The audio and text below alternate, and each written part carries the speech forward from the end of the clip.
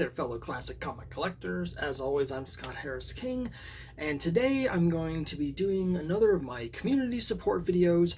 All week, each day this week, I've been doing a video in support of another YouTuber to highlight their channels. Most of them are running contests and have specific videos that they want people to make in order to enter their contest. So I've been doing that, and winning the contest is secondary for me. I don't necessarily care about winning most of them. The more important thing is to highlight those channels and become a better part of the YouTube community, and show you some of the content for some of these other creators. So on Monday, I did a video highlighting Metarog. On Tuesday, my video was in support of the Gray Man. Wednesday was Gomez Comic Collector. Yesterday, Thursday, was Man Cave Comics. And today, for the last one, I'm going to be highlighting one of my favorite channels. I make sure to watch every video she puts out. It's the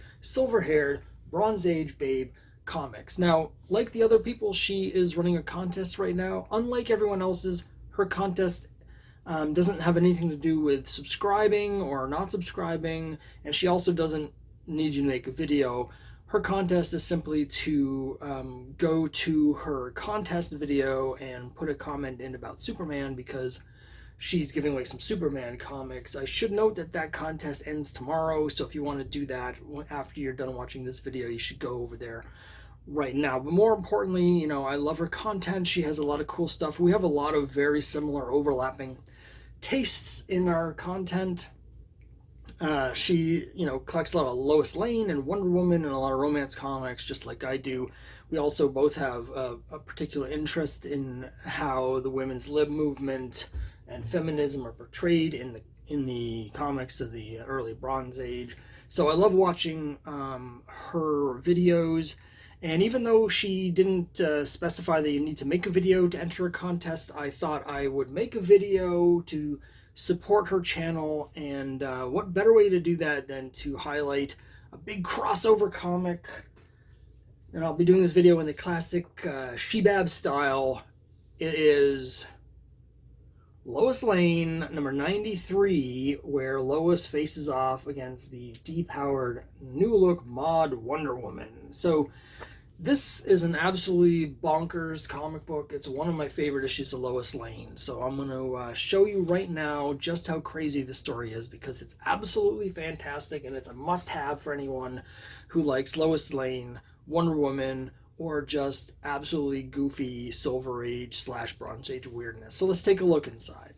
All right, so here's a closer look at the cover. Wonder Woman is heaving Lois directly out of Superman's life, while Superman gleefully watches Lois get thrashed. This is not a symbolic cover. This panel actually takes place in the comic, and it's even more hilarious when it happens. It's just, this comic from start to finish has some of the weirdest content. So here we get a splash page setting up the thing. Wonder Woman's flying, and Superman is totally enthralled. He's like, oh yeah. Oh yeah. So we start off here. Lois Lane is having a dream where she's getting married, and the whole Justice League is there, finally getting married to Superman, which is the only thing she cares about in her entire life based on the last 92 issues of this comic. But it turns into a nightmare, because now he's imagining that Superman's actually marrying Wonder Woman. And this is kind of cool. She's like, that's never going to happen, because now that Wonder Woman's lost her power, she's a normal woman, and so Superman won't marry her for the same reason she won't marry Lois. And what's cool is that she's appears to be holding what's basically a copy of Wonder Woman 178. So it's nice to see she gets her news from the comics, like we all do. So anyway, later on, there's a charity event where Wonder Woman, wearing this totally weird outfit, shows up at the circus where Superman's also doing it. There's a lot of charity events in these comics. Superman's always doing these charity events where weird things happen. But in this case, Wonder Woman starts flying around, and then the crowd is like kiss, kiss, kiss. And Superman's like, well, if the crowd wants it, let's do it. And first of all, that's just weird. Um, but Lois is like, it doesn't mean anything. It's just a photo op. Why Superman wants a photo op of him totally making out with Wonder Woman? It doesn't make any sense. But anyway, so he's having more nightmares. She's having more nightmares about Superman marrying Wonder Woman. She's really, really obsessing over this. Um, so Lois gets a job for the Daily Planet to like follow Wonder Woman and Superman around. They're at Wonder Woman's boutique, and she's decking him out in all this mod nonsense, making him look as dumb as possible. And then my favorite panel in the comic here, Lois accompanies the tireless twosome to the Monkey's Paw East discotheque, where she dejectedly surveys the festivities, and they're dancing, and she says Superman must be under woman's spell to be dancing the froggy underwater with her in a hippie joint. So the dance move they're doing is called froggy underwater. DC's attempts to be hip at this time period in the late 60s is just cringy. It's so bad, but I love it. But he dances so hard that he accidentally sets the dance floor on fire. Um, this is so stupid. And then all the hippies gather around him. I love this so much. It's so great. Um, so the crowd starts asking Lois, hey, are they going to get married? And Lois is like, I know what I need to do. I need to train as a ninja so I can kick Wonder Woman's butt. So she does. She starts working out, and she gets a guru who teaches her martial arts. And so Lois is learning all these martial arts, and she starts having, now she's dreaming again, and she's dreaming that she's thrashing Wonder Woman. And so she's like, that's it, I'm going to actually challenge Wonder Woman for Superman's hand, which is just so ridiculous. And I love the fact that Superman absolutely goes along with it. He's like, this is what I want, which I think we've seen over the years in Superman's girlfriend Lois Lane. There's nothing he likes more than having women fight over him. And he's just absolutely eating this up. So Wonder Woman's like, let's fight it out. And Lois warns her, I've mastered karate and judo, and that doesn't work out. That doesn't work out. So Wonder Woman absolutely demolishes her, and this is my second favorite panel, besides the dancing panel, is Wonder Woman absolutely backhanding Lois right out of the comic book, while Superman is just having the time of his life. He's like, yeah, kick Lois's butt. Oh yeah, this guy is some sadistic weirdo. He's clearly got some sort of fetish for this, because just look at it, the grin on his face. Mind you, this is Lois Lane, the woman he supposedly has loved this whole time, and there's nothing making him happier than Lois getting absolutely wrecked. And then it gets even funnier, if you want to call it that, on the next page, where she's literally crawling on her hands and knees, nearly paralyzed, numb, and what does Superman do? He flies off and leaves her crawling in the dirt. And so here Superman is like, I wish you were invulnerable. Then we could get married. And Wonder Woman's like, hey, if you shoot your energy into this thing, it'll charge me up and I'll become invulnerable. And sure enough, they're going on missions together. And it turns out they stop a bomb from going off. And Wonder Woman is invulnerable. Here's a Cool House ad. Wonder Woman, turns out, is invulnerable. And so they're going to get married. They're going to get married. Superman pops the question. It's all over. Lois actually, because she's still on this assignment, has to help Wonder Woman pick out the wedding dress, which is just adding insult to injury. But Lois has a trick up her sleeve. She realizes there's something wrong with Wonder Woman, and she goes back to this house that Wonder Woman is staying at, and sure enough, she finds the real Wonder Woman is trapped in a cage in the basement. And that's because the Wonder Woman through the whole issue has been this Kryptonian woman impersonating the real Wonder Woman. And Lois realized that, and so that's what she put in some kryptonite, which I guess she just had lying around. Um, she said she got it from Jimmy Olsen, which I don't think make things better. But anyway, she puts it in her compact, and then we get this convoluted and goofy backstory explaining how she's a Kryptonian criminal, because there seem to be millions of those. Krypton was just filled with bad swords. Anyway, blah blah blah. She's about to execute them, and Superman shows up, and he's like, he says, "It's a good thing I was looking for you, Lois."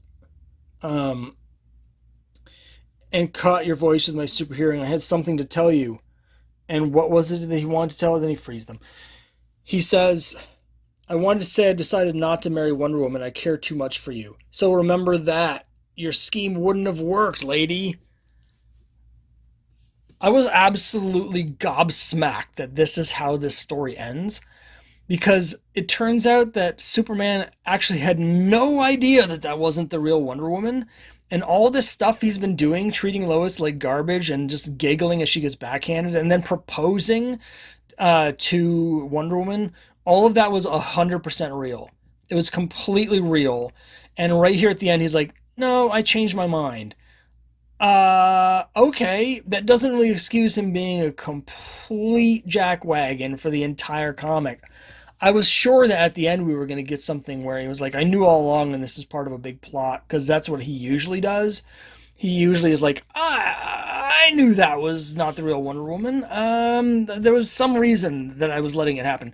But not here. Nope. He's like, oh yeah, I was completely fooled, and I totally threw you over for Wonder Woman, and let's just say I changed my mind, because that seems like the politic thing to do now that everyone realizes I'm a complete sucker. So anyway, that's it. That's Lois Lane, Superman's girlfriend, Lois Lane. Superman, I'm not sure he really deserves to be in the title here, because it doesn't really seem like Lois Lane is his girlfriend based on this. This is not the only time some version of this story has taken place. They went back to the well for this in Lois Lane 136, which is sort of the last issue of Lois Lane. At some point I'll go through my Lois Lane collection and talk about that. But anyway, they did it again here where Superman throws Lois over for Wonder Woman. This story plays out a little bit better, because in this story, Superman and Wonder Woman, there's some sort of reason why they have to try and trick everyone into thinking they're together in order to stop some sort of plot. So turns out that this one was actually sort of on purpose, and there was a little bit of a better reason. But this 93, I got this. I collect Lois Lane, of course, but I also collect Wonder Woman. I specifically like to see her appearances as the mod Wonder Woman, and this is just unbelievable. So that makes it one of my favorite issues of Lois Lane. Actually, the issue right before this, 92, where Lois becomes a centaur and falls in love with Supergirl's horse, I think actually might be a little bit crazier, but this is one of my top Lois Lane issues. It's so amazing. So anyway, that's it for this episode. I want to urge everyone to go and check out the Silver-Haired Bronze Age Babe comics and watch all of her videos. She does tons of content about Lois Lane and Bronze Age Superman books and stuff, and if you hurry over there, you still have time to enter a contest to win some Superman stuff, including an issue that's autographed by the late great Kurt Swan. So go and check out her channel, subscribe to her channel, check out the channels from all the other people that I've highlighted this week. And again, I want to stress there's lots of awesome YouTubers. There's several other YouTubers who have supported me who I really want to support as well. And this week I was mostly just focusing on people who were asking for a specific video, because since I'm making videos, it helps me a lot to be able to have that as a centerpiece for the support. So if you are a YouTuber, you have a channel, and you want me to do a video supporting you, I'm happy to do that. Leave a comment below, let me know, and just tell me what you want me to do a video about. And then if there's enough interest, then I'll do this again next month. And who knows, maybe there'll be enough interest we can make this into like a regular monthly feature or something. But there's so many great YouTubers out there. The community is really great, so I wanted to give back a little bit and support all the people that have been supporting me. So thanks very much, And again, check out all the links below and check out my previous videos that I've been doing this week for community support, and check out everyone's channels and just basically check out everything. Spend every minute of every day watching these comic book YouTube videos and then watching other ones, and don't ever leave your house because it's a pandemic anyway, so you're not really supposed to. So anyway, that's it. Next week I'll be resuming my regular content. We've got some stuff coming up next week. I've got a Silver Age Marvel Key first issue that is the only one that for some reason it does not command key money. So I'm going to go over that and why it's vastly undervalued and underrated as a key. I've also got another long box archaeology next week where we're going to be diving into a box of comics in my collection where I put a bunch of random stuff and haven't looked at it in a long time, where we're going to see what the heck I've got in there. There's some neat stuff in there, including some autographed comics that I've kind of forgotten about from some one of the all-time great comic artists who is now no longer with us. So that's some stuff to look forward to next week. But for now, thanks very much for watching, and I'll see you then.